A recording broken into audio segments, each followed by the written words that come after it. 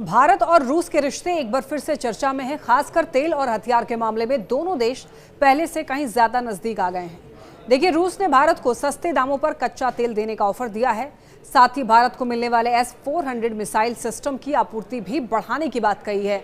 और ये सब ऐसे समय पर हो रहा है जब अमेरिका ने भारत पर रूस से डील करने के चलते 50% तक का भारी टैरिफ लगा दिया है। अब देखिए, समाचार एजेंसी रिपोर्ट के मुताबिक रूस का यूराल क्रूड अब ब्रेंट क्रूड से $3 से $4 सस्ता मिल रहा है। पहले ये डिस्काउंट $1 से $2.5 तक था, लेकिन अब रूस भारत को और राहत देने के मूड में है। तो सितंबर और अक्टूबर के लिए ये ऑफर लागू होगा। इसके अलावा भारत को तेल की सप्लाई भी 10 से 20% तक बढ़ सकती है। इसका मतलब ये हुआ कि हर दिन 1.5 से 3 लाख बैरल अतिरिक्त तेल भारत को मिलेगा। भारत, जो दुनिया का तीसरा सबसे बड़ा तेल आयातक देश है, उसके लिए ये बड़ा आर्थिक राहत साबित हो सकता है। इससे पेट्रोल डीजल की कीमतों पर नियंत्रण रखने में मदद मिल सकती है। लेकिन अमेरिका को भारत की ये डील बिल्कुल पसंद नहीं आ रही है।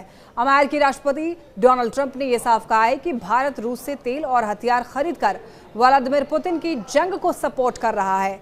अमेरिकी ट्रेजरी सचिव ने तो यहां तक कह दिया है कि भारत ने रूस से सस्ता तेल खरीदकर और उसे आगे बेचकर अरबों का मुनाफा कमाया है। अमेरिका का गुस्सा यही है कि भारत अपने आर्थिक फायदे के लिए रूस का साथ दे रहा है, जबकि दुनिया ये चाहती है कि रूस यूक्रेन में जंग रोके। अब देखिए, बात करें S-400 मिसाइल डिफेंस सिस्टम की, तो भारत और रूस के बीच ये डील साल 2018 में हुई थी और $5.5 अरब में भारत ने 5 यूनिट्स खरीदने का करार किया था। इनमें से 3 यूनिट्स भारत को मिल चुके हैं और बाकी 2 2026-27 तक मिलेंगे। तो ये सिस्टम दुनिया के सबसे बेहतरीन एयर डिफेंस सिस्टम में गिना जाता है।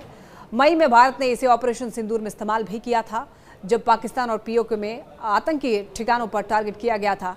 अब रूस के अधिकारी साफ संकेत दे रहे हैं कि भारत को और ज्यादा S-400 सिस्टम मिल सकते हैं, यानी कि सुरक्षा और मजबूत होगी। Stockholm International Peace Research Institute के आंकड़े ये बताते हैं कि 2020 से 2024 के बीच भारत के हथियार आयात में रूस का योगदान 36% रहा है, यानी कि रूस अब भी भारत का सबसे बड़ा हथियार सप्लायर है। फ्रांस 33% और इजराइल 13% के साथ दूसरे और तीसरे नंबर पर है।